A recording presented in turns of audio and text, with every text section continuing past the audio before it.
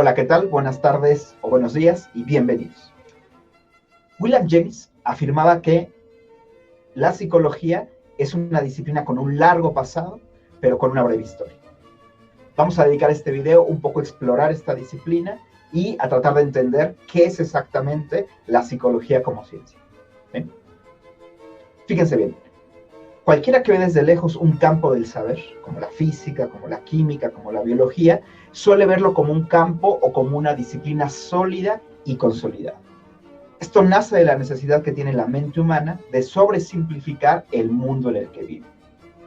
De tal manera que cuando ve estas disciplinas les parece mucho más fáciles y mucho más sólidas y mucho menos cuestionables de lo que realmente son.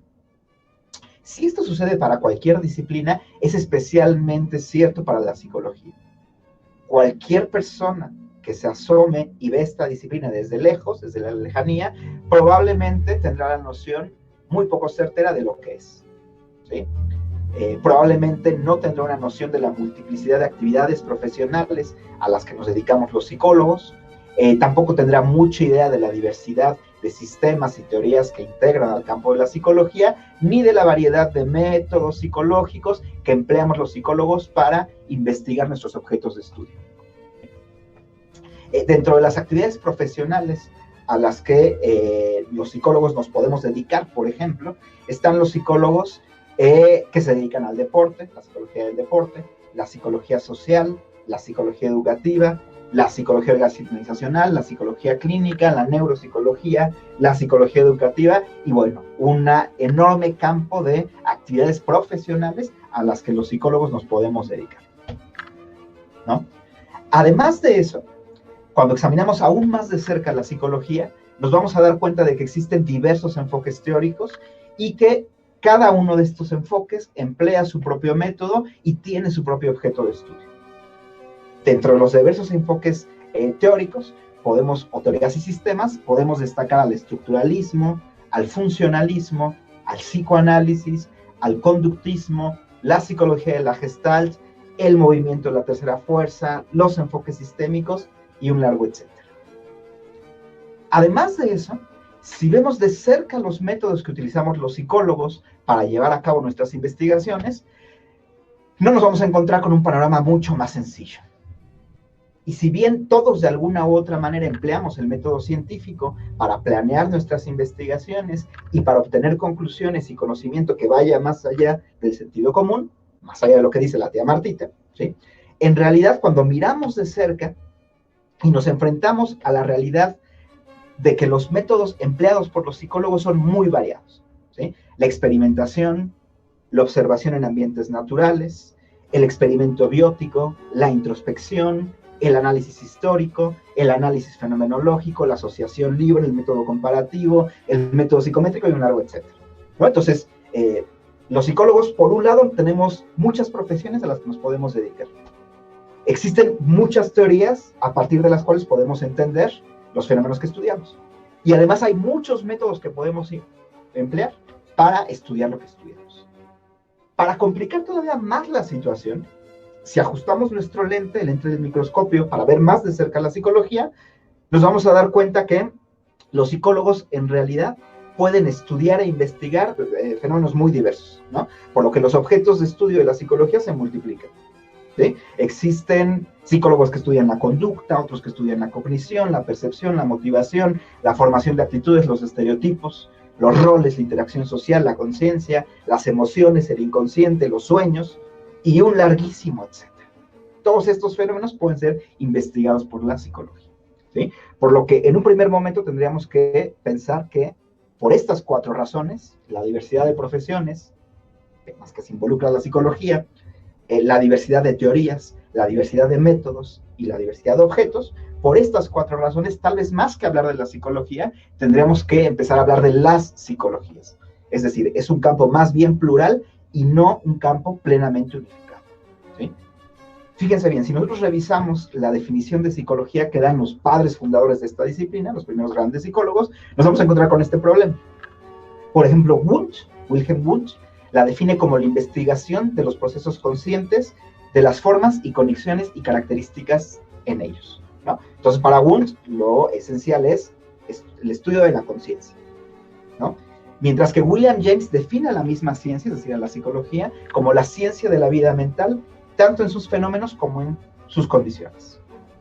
Y por otro lado, Watson la define como la rama puramente experimental de la ciencia natural, cuya meta es la predicción y el control de la conducta, ¿no? Entonces tenemos tres grandes padres fundadores de la disciplina que definen a la psicología de manera distinta. A uno le interesaba estudiar la conciencia y la estructura, a Wundt y su estructura. A otro le interesaba estudiar las funciones psicológicas, William James, y a otro le interesaba estudiar la conducta, a Watson, ¿sí? Esto complica mucho el panorama. Ahora bien, tampoco podemos olvidar que si bien incluso desde antes de que Aristóteles escribiera De Anima o sobre el alma, en el siglo XIV, que fue el primer libro expresamente dedicado, digamos, a un tema psicológico, pensadores del todo el mundo, desde antes de Aristóteles, han reflexionado sobre los temas que a los psicólogos nos interesan, ¿sí? Desde hace muchísimo tiempo, ¿sí? Aristóteles escribe el primer libro de psicología propiamente en el siglo IV, y de ahí se han escrito muchos. Pero como tal, la psicología, en tanto disciplina científica y más que nada experimental, se establece explícitamente en 1879, 1879, ¿sí? Cuando Wilhelm Wundt construye o, digamos, habilita, es la mejor manera de decirlo, el primer laboratorio de psicología experimental, ¿sí? Además de eso, además de habilitar el primer laboratorio de psicología experimental, crea el primer programa doctoral para la profesión, ¿sí? Es decir, se podía estudiar el doctorado de psicología. Y en tercer punto, fundó la primera revista de investigación en psicología en el Leipzig, en Alemania, ¿no? Entonces, Wundt hizo tres grandes contribuciones para establecer a la psicología como ciencia, ¿sí? Las repito porque es importante que las tengamos como claras, ¿no? Uno, habilita el primer laboratorio de psicología experimental, vinculado a la Universidad de Leipzig. Dos, funda o construye el primer programa de doctorado para estudiar psicología, también en la Universidad de Leipzig.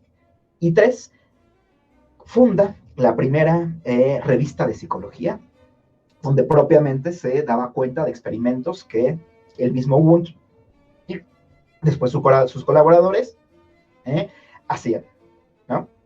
Por eso, y son tres buenas razones, a Wundt se le considera el padre de la psicología experimental, ¿sí?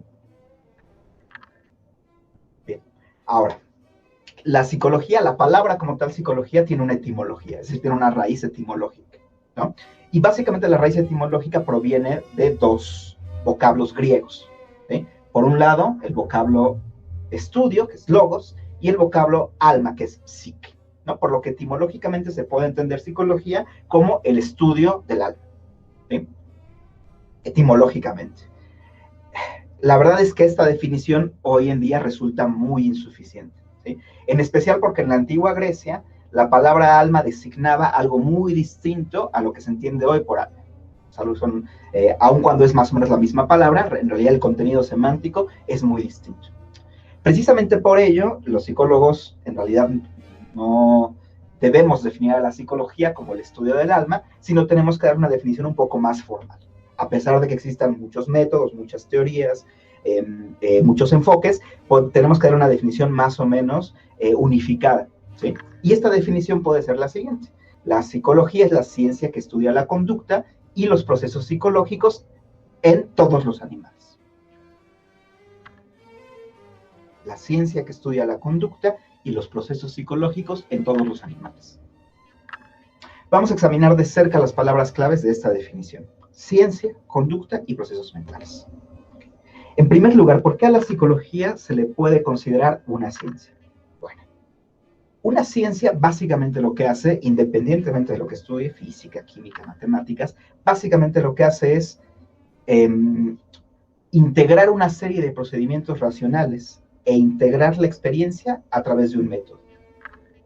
Y esto le permite conducir investigaciones para construir un cuerpo de conocimientos coherentes, ¿no? Va de nuevo. ¿Qué hace una ciencia? Básicamente integra la racionalidad, la razón, con la experiencia, ¿sí? Para construir un método y que ese método le permita conducir investigaciones que los lleven a generar conocimientos coherentes y específicamente conocimientos que van más allá del sentido común. Y la psicología hace eso. La psicología genera experiencias a través de múltiples métodos, hace un procesamiento racional de esas experiencias y a partir de ello construye un conocimiento o conocimientos coherentes que van más allá del sentido común, ¿no? Entonces, por eso la psicología puede ser considerada una ciencia, bueno, además de otras razones que ya vamos a estar trabajando más adelante, ¿no? En segundo lugar, ¿sí? La segunda palabra importante de esta definición era la conducta, ¿sí? Los psicólogos estudiamos la conducta, ¿sí? Esta palabra, la palabra conducta, se usa básicamente en psicología para designar a un conjunto de respuestas observables que presenta un ser vivo en relación con su entorno, ¿sí? Fíjense bien como dije la palabra seres vivos, ¿sí? No estoy exclusivamente hablando de humanos, sino los seres vivos. Todos los seres vivos tienen conducta, ¿sí? Y esa conducta les permite interaccionar con su entorno, ¿sí? Pero por definición la palabra conducta misma es necesariamente, o sea, una conducta es necesariamente tangible, es decir, es accesible a los sentidos, puede ser observada por varios espectadores. Esto la convierte en un fenómeno que es objetivo y además que puede ser cuantificable, es decir, medible, ¿sí? Ejemplos de conducta son la sonrisa, el caminar, el parpadear, la salivación, la dilatación de la pupila, ¿sí? Estas conductas de las que acabo de hablar son conductas que se observan a simple vista. Por eso también se le llaman conductas molares, se ven a simple vista, ¿no? Pero hay otras conductas que más bien son moleculares, es decir, no pueden ser observables a simple vista y se necesitan dispositivos o aparatos especiales para observarlas, ¿no? Un ejemplo de ello es la actividad eléctrica del cerebro. La actividad eléctrica del cerebro se considera una conducta, pero es una conducta molecular, porque requiere de un aparato especializado, por ejemplo, un electroencefalograma, que nos permita observar esa conducta, ¿sí? En todo caso, sigue siendo conducta, porque una vez que la actividad eléctrica es registrada por el encefalógrafo, todo el mundo puede observar esa actividad, ¿sí? Entonces, definimos la psicología como ciencia, una ciencia de la conducta, y la tercera palabra importante sería, serían los procesos mentales, ¿sí? Fíjense, además de que los psicólogos estudiamos la conducta, también estudiamos los procesos mentales, ¿sí? O los procesos psicológicos. Estos procesos son procesos que le permiten al organismo también interaccionar con su entorno, ¿sí? Y podríamos decir que adaptarse a él, ¿no? Todos estos fenómenos mentales tienen un correlato conductual, ¿sí? Todos tienen un correlato conductual, ¿sí? Es decir, un correlato objetivo, ¿no?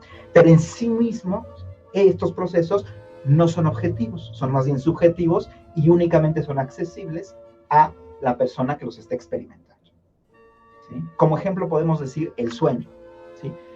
El sueño es un fenómeno subjetivo, yo soy el único que puedo tener acceso a mi sueño y saber qué fue lo que soñé, ¿sí?